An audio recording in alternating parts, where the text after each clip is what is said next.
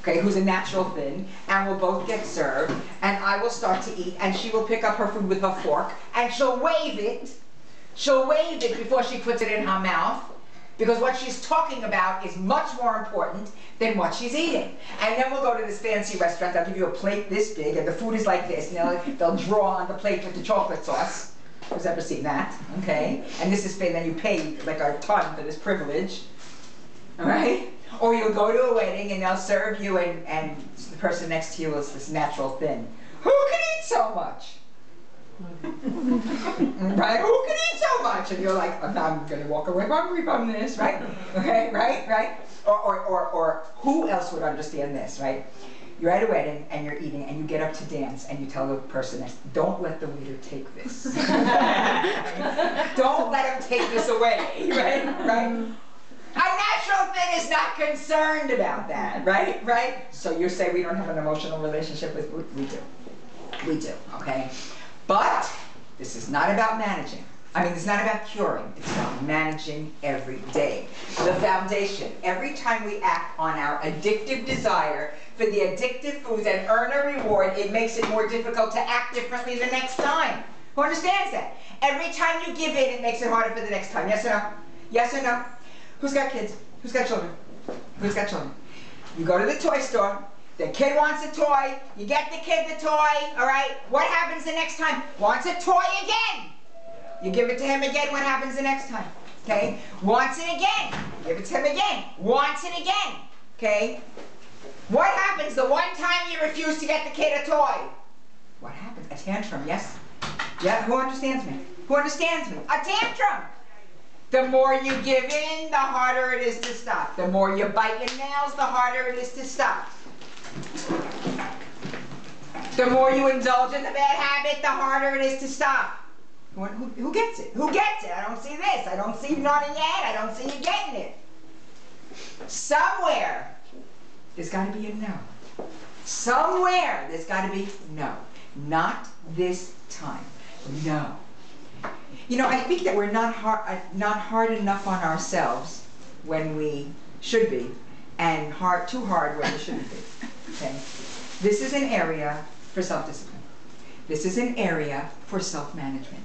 This is an area of every time you tell yourself, you know, I'll be perfect tomorrow, what do you think is going to change tomorrow? What do you think, why do you think you can't do it today, but you'll be able to do it tomorrow?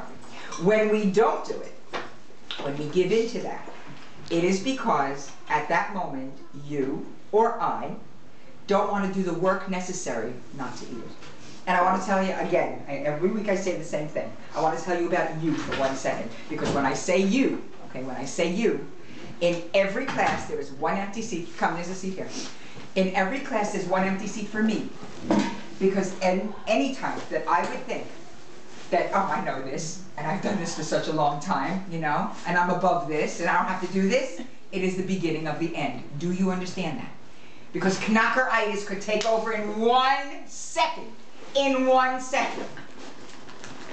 And then the next thing, you know, or I know, binging, I'm eating, it's okay, it's just this one time. And anytime it starts with, it's okay just this one time, because it's the beginning of the end. Because every single day, it's okay just this time because I don't feel good. It's okay just this time because it's cold. It's okay just this time because I'm overwhelmed. It's okay just this one time because I'm tired. It's okay just this time because I have no help. It's okay just this one time because the bills are coming in. And it's okay just this one time because the checkbook is very low. And it's okay just this one time because the cleaning lady went to Poland. And it's okay just this one time because you fill in the blank. You fill in the blank. Because there's always an excuse, never a good reason. The loss of control that magnifies overeating is more magnified by deprivational dieting. Who's ever done deprivational dieting? Who's ever come? There's a seat right here. And could you, somebody, tell her that we need more chairs, please? Yeah, but there's more people coming in. Who's ever done deprivational dieting? Who's ever done deprivational? Nobody who's ever done deprivational dieting? Okay, this is like willpower, you know what I mean? Not gonna have it, not gonna have it, not gonna have it, not gonna have it. And the next thing you know, you're binging out of control, okay? And that's also a biological thing. Your body can't starve. Starvation is not a long-term solution. Deprivational dieting is not a long-term solution. And if you think that you're going to live your whole life without a piece of cake, you got another thing coming. If you think that you're not going to have another piece of bread, if you think that you're going to do this deprivational white knuckle dieting, you could forget about it. Okay? You could forget about it. It is not happening. So you will either learn how to count it or be binging on it. Not in the beginning, okay? I would suggest that you move that chair because you're going to get hit. So why don't you just bring the chair somewhere? Doesn't matter. Okay, doesn't matter. Okay. And there's an extra chair here too. That's for me, thank you. That's my empty chair. Okay? Okay, so the forbidden becomes very attractive. Did you ever try to start a diet on Monday morning, and that Monday morning you are hungrier than you have ever been on your whole life? Because your whole life, I can't. So there's no deprivation here. There's some sacrifice.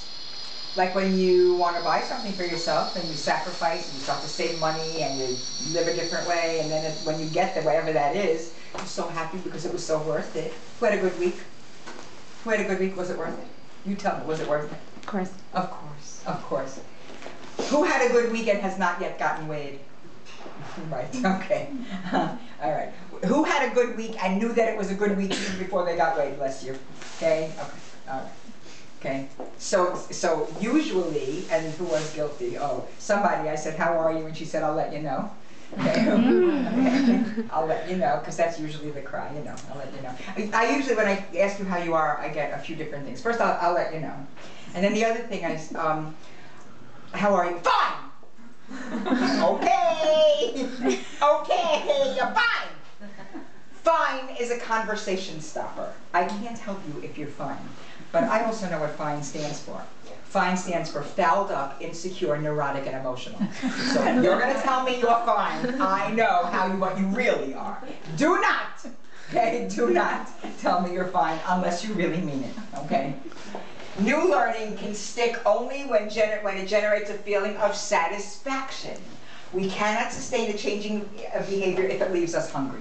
In other words, if you're hungry, it's over. Who gets it? Who gets it? You are not, Rachel, there's a chair right here, honey. You are not allowed to be hungry on this program, okay? You are not allowed to be hungry on this program. You cannot think if you're hungry. Do you understand that? Right.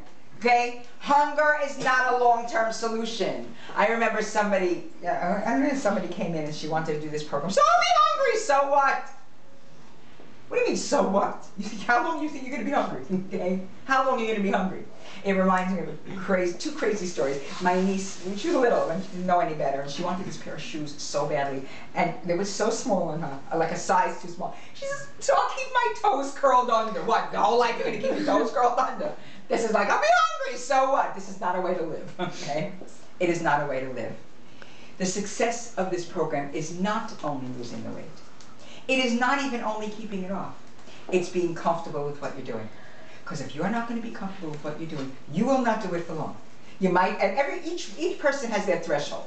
Some people might be uncomfortable a month, 2 months, till they get to goal. But honey, you're going to break. You're going to break if you are not happy and comfortable with what you're doing, and if you don't believe in what you're doing. Why do you think these crazy diets don't work? Because somewhere in your mind, I'm going to go on a crazy diet, and then I'll come to Starfresh to keep it off normally, okay? It doesn't work. You have to put in your time. You have to put in your time from the beginning, okay? You cannot sustain a change of behavior if it leaves you hungry, unhappy, angry, or resentful, okay? It's about getting comfortable with this. Restoring control over our eating requires many steps, including addressing foods, behaviors, and changes in both. Foods, behavior, and changes in both. You will never, never, never again be able to binge the way you did and keep your weight off. Don't come in here and tell me I'm going to lose my weight and then I'll eat like a normal person. There is no such thing as a normal person. What we do here is change what is normal for us. What was normal for me is binging a whole day. This was normal for me. Okay? How does a normal person eat? What is a normal person? And your girlfriend out there who can eat whatever she wants and never gain weight, she doesn't want the way I want. You understand that? She doesn't have this emotional relationship with food. She doesn't want the way I want. And when you tell me, oh, I have a brother, a sister, a cousin, a husband who can eat whatever they want and not get me, and what exactly does this have to do with you? Okay? This has nothing to do with you, because you can't do it. You can't do it. And how do I know you can't do it? That's what you're doing here. Okay? That's what we're doing here. We got issues. We got food issues. And it's not only the food, it is also the behavior. Okay? And I'm not even going to ask you to raise your hand. Sneaky eating, right here. Right here. You know, I think if I only ate what I ate in front of other people, I would never gain weight. Okay? And I remember somebody saying to me, "Watch, we never saw you eat." That's right. That's right. I did my best eating, quote unquote. Along. Anybody will admit any? Nobody, just me. Yeah, couple of us. Okay. My biggest eating I did by myself. Okay. Anybody will admit to eating too quickly? Okay. From the pot when they cook, when they clean up. Okay. On the phone, in the car, in the bed, in the street, while doing a million, while you read, while you do a million other things. These behaviors need to be looked at. These behaviors need to be looked at. The quantity needs to be looked at. The kinds of foods, the behaviors, and the reasons. The reasons, because we went somewhere, we went from eating, we crossed the line to using. I used food a lot, for emotional reasons, for comfort, for company, for, anybody relate to me? Anybody relate to me? Because food was never, and one of our books that we read last week, which I forgot already the name, Lose It for Life, it said, excuses take the focus off of long-term consequences and negate what the bottom line is. I wasn't hungry. Okay? I wasn't hungry. When you eat, when you're not hungry, you will never be full. If the issue was not physical hunger, the answer is not food. And I very often say, and this is probably one of the most important things I will ever tell you, if you attempt to fill the needs of your soul through your mouth, you will always fail. If you attempt to fill the needs of your soul through your mouth,